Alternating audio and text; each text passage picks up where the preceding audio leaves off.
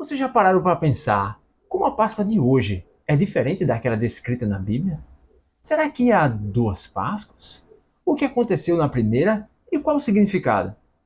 Vamos mergulhar neste assunto hoje. Bem, a atual Páscoa que conhecemos é comemorada de diversas formas ao redor do mundo. Em alguns países, se tornou até mesmo um feriado nacional, como é o caso do Brasil. A comemoração pode cair entre 22 de março e 25 de abril, pois segue um calendário lunar, que é o primeiro domingo após a primeira lua cheia da primavera no hemisfério norte. Já para os judeus, é no primeiro mês do ano, chamado de Nissan. Para eles, é o dia para lembrar que Deus os libertou da escravidão do Egito. Sabendo que este não é o motivo que os cristãos observam a Páscoa, podemos dizer que há duas Páscoas? A resposta está no entendimento que a primeira Páscoa mencionada no Antigo Testamento era, na verdade, uma representação simbólica, uma sombra que apontava para a realidade que encontramos em Cristo. Vamos ler Colossenses 2, de 16 ao 17. Portanto, não permitam que ninguém os julgue pelo que vocês comem ou bebem, ou com relação a alguma festividade religiosa, ou a celebração das luas novas, ou dos dias de sábado. Estas coisas são sombras do que haveria de vir. A realidade, porém, encontra-se em Cristo. Aqui temos a questão de comer e beber, das festas religiosas e a guarda do sábado, que alguns acham que foi substituído pelo domingo. E ainda há pessoas que procuram observar essas coisas que eram sombras.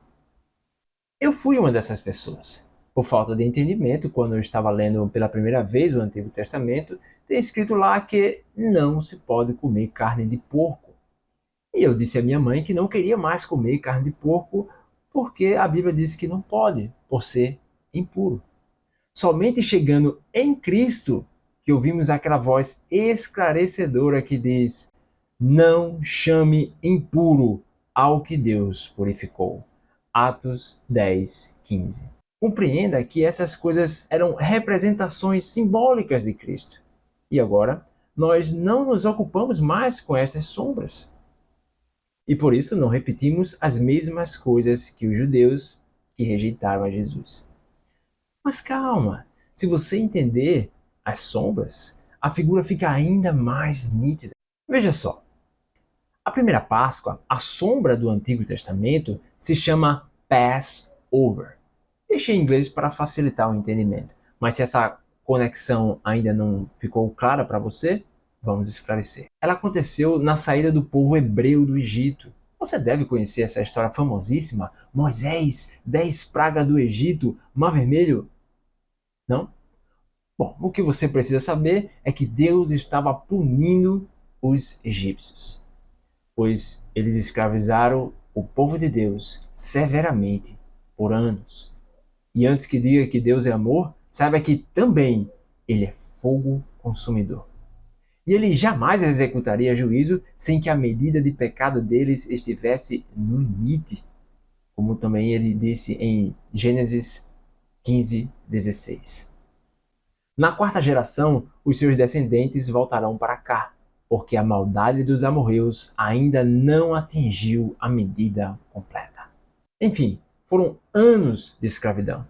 E as pragas também eram uma forma de zombar dos deuses egípcios. Afinal, só existe um Deus verdadeiro. O restante são invenções humanas. E tem um detalhezinho também neles que eu vou colocar aqui na tela para vocês verem. Fique à vontade para pausar. Aconteceu que na 10ª e última praga, Deus disse que ia matar todos os primogênitos e instruiu seu povo que passasse um pouco de sangue de um cordeiro na batente e nas laterais das portas, pois quando ele fosse passar e visse o sangue, passaria por cima e só entraria nas casas que não houvesse o sangue. E é isso o que significa Páscoa. Pass over, passar por cima. E assim aconteceu. E houve choro em todo o Egito. Além de serem figuras, é bom lembrar também que é uma história real. E algo semelhante irá acontecer novamente, mas desta vez com toda a humanidade. Deus separou um dia que irá passar por cima somente daqueles que se lavarem no sangue do Cordeiro. Continue comigo que eu vou explicar. O Cordeiro dessa história é uma sombra que vocês já devem saber, que é Jesus Cristo. E aqui diz que foi assado no fogo, indicando juízo. Pois bem, um cordeiro teve que morrer no lugar de alguém, para que o sangue fosse usado na batente das portas, para que aquela vida fosse poupada. Assim também, Jesus Cristo, o Cordeiro de Deus, nosso Cordeiro Pascal, foi sacrificado por nós. Um juízo que era para ser nosso. Pois foi nós que pecamos, nós que merecíamos a morte, mas aqueles que pela fé se lavam no sangue deste Cordeiro serão salvos. Há um detalhe também muito importante. Na comemoração da Páscoa, nenhum osso do Cordeiro poderia ser quebrado. E foi exatamente o que aconteceu na verdadeira Páscoa com Jesus Cristo. Algo que não poderia ser forjado, até porque isso dependia dos guardas que quebravam as pernas para acelerar o processo, a morte por asfixia na cruz. Mas Jesus já estava morto quando isso iria acontecer, ou melhor, já tinha entregue o Espírito, já que, por ser sem pecado, ninguém poderia matá-lo. A figura para o sem pecado era que o cordeiro deveria ser puro, sem defeitos. A imagem real não parece mais nítida com as sombras? Na Páscoa havia uma série de regras que deveriam ser seguidas para a comemoração, além das que já falamos aqui. E Deus preza muito mais a obediência do que sacrifícios. E aqueles que querem agradar a Deus procuram fazer da forma que Ele disse para ser feito, e não da que eu acho ou que achamos a respeito de um assunto. E temos também exemplos do que não deveria ser feito, como Nadab e Abiú, que morreram por oferecer adoração estranha. E Saul, que pela demora de Samuel, resolveu ele mesmo oferecer os sacrifícios, coisa que ele não poderia fazer, mesmo sendo alguém importante. E teve suas consequências. E a Páscoa de hoje? Quais as instruções? Não tem. Todas as outras instruções que você já deve ter ouvido falar não são bíblicas para a igreja, pois isso seria se ocupar novamente com sombras, que eram as festividades religiosas. Na Bíblia, o que você irá encontrar é sombra e realidade, que chamei de primeira e segunda para facilitar o entendimento. Além disso, o nome deixa de ser Passover para virar Easter. E o que eu achei foram ligações com o paganismo, que consegue ligar muito bem ovos coloridos, lebre, que é a fêmea do coelho, e fertilidade. Mas eu não vou entrar nesta questão. Tá, mas por que não comemorar, mesmo estando fora da Bíblia? Não faz lembrar de Jesus também? Eu acho muito bom que lembrem, e é por isso que eu estou aqui também, falando dele. Mas isso não faz parte da doutrina dos apóstolos. Muito pelo contrário. Vamos ler Gálatas 4, de 10 a 11. Vocês estão observando dias especiais, meses, ocasiões específicas e anos. Temo que meus esforços por vocês tenham sido inúteis. Como assim? Eu sempre fui ensinado dessa forma? Pois bem, mas agora nós temos toda a revelação, que é Jesus Cristo. E como Jesus também disse em Lucas 5,39, e ninguém, depois de beber o vinho velho, prefere o novo, pois diz, o vinho velho é melhor. E o que as pessoas fazem para tentar amenizar isso? Exatamente. Um mix de velho com novo. Um mix de lei com graça. Um mix de judaísmo com cristianismo. Tudo está se repetindo, não há nada novo debaixo do sol. Jesus certa vez disse: E por que vocês transgridem o mandamento de Deus por causa das tradições de vocês? Aqui estamos falando apenas da Páscoa, mas quantas coisas você já deve conhecer aí que são um mix de judaísmo? Me conta aí nos comentários. Se vocês também aprenderam esses mixes, está na hora de estudar as Escrituras e pedir sabedoria a Deus para não serem enganados. Peço até que julguem o que estou dizendo aqui. Afinal, se eu estiver errado, irei aprender também. Bote o versículo. Do Senhor recebemos apenas duas ordenanças: o batismo, para deixarmos de ser pagãos e se tornarmos cristãos, e a ceia do Senhor, celebrada no primeiro dia da semana, exatamente como os primeiros discípulos faziam ao se reunirem para partir o pão. Logo, já temos um dia para lembrarmos do Senhor em sua morte e não mais nos ocupar com sombras. Mas a morte de Jesus por si só não seria o suficiente. Tudo seria inútil se ele não tivesse ressuscitado. Seríamos os mais dignos de pena da face da terra. Paulo sabiamente disse: se os mortos não ressuscitam, vamos comer e beber, pois amanhã morreremos. Contudo, Jesus Cristo ressuscitou.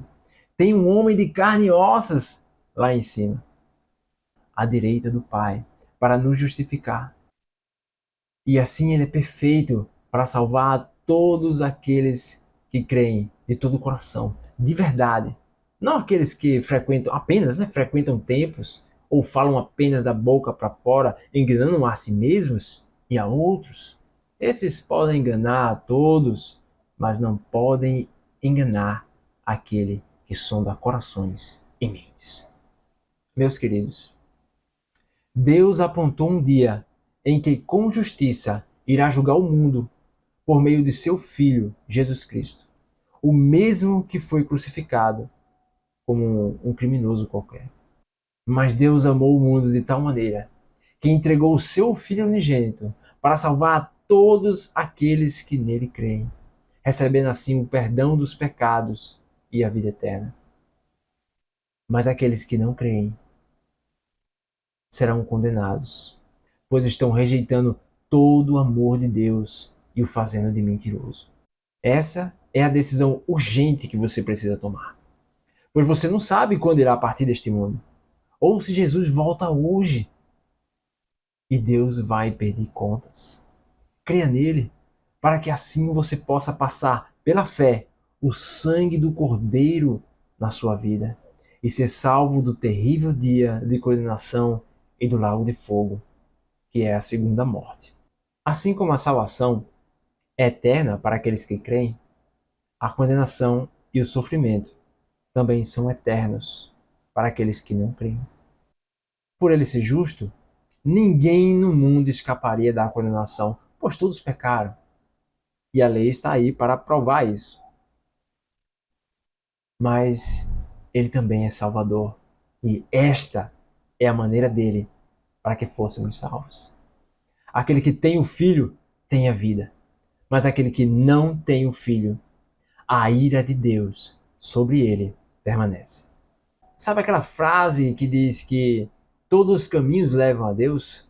Pois bem, está correto, mas esqueceram de complementar. Levam a Deus como juiz. Se você quer conhecer a Deus como Pai, só há um caminho, e não é uma religião, é uma pessoa, Jesus Cristo. O nome que está acima de todos os nomes.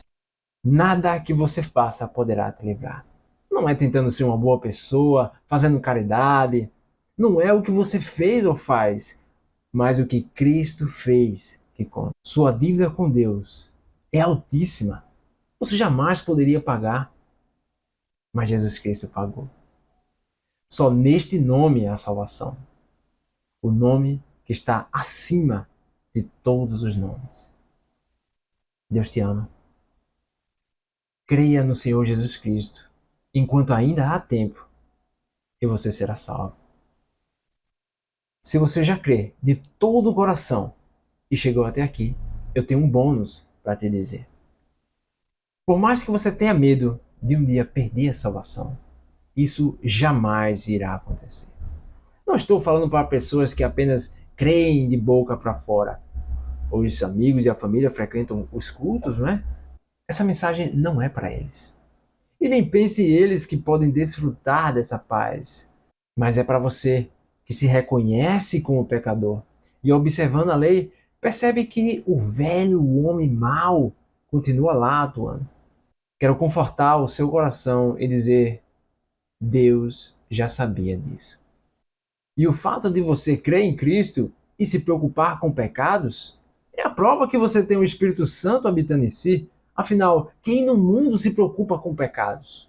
Se preocupa em agradar a Deus. Enquanto estivermos aqui neste mundo, este velho homem mau vai continuar atuando. E como Paulo também iremos dizer: miserável homem que sou, mas dá graças a Deus por Jesus Cristo, nosso Senhor. Suas preocupações podem sumir com essa frase do Senhor Jesus: As minhas ovelhas ouvem a minha voz, e eu conheço-as, e elas me seguem, e dou-lhes a vida eterna, e nunca irão de perecer, e ninguém as arrebatará das minhas mãos. Meu Pai que mas deu é maior do que todos, e ninguém pode arrebatá-las das mãos de meu Pai. Nunca, ninguém. Deus é poderoso. Ponha o capacete da salvação e jamais perca a certeza de ser salvo e do amor de Deus por nós. Até o próximo vídeo.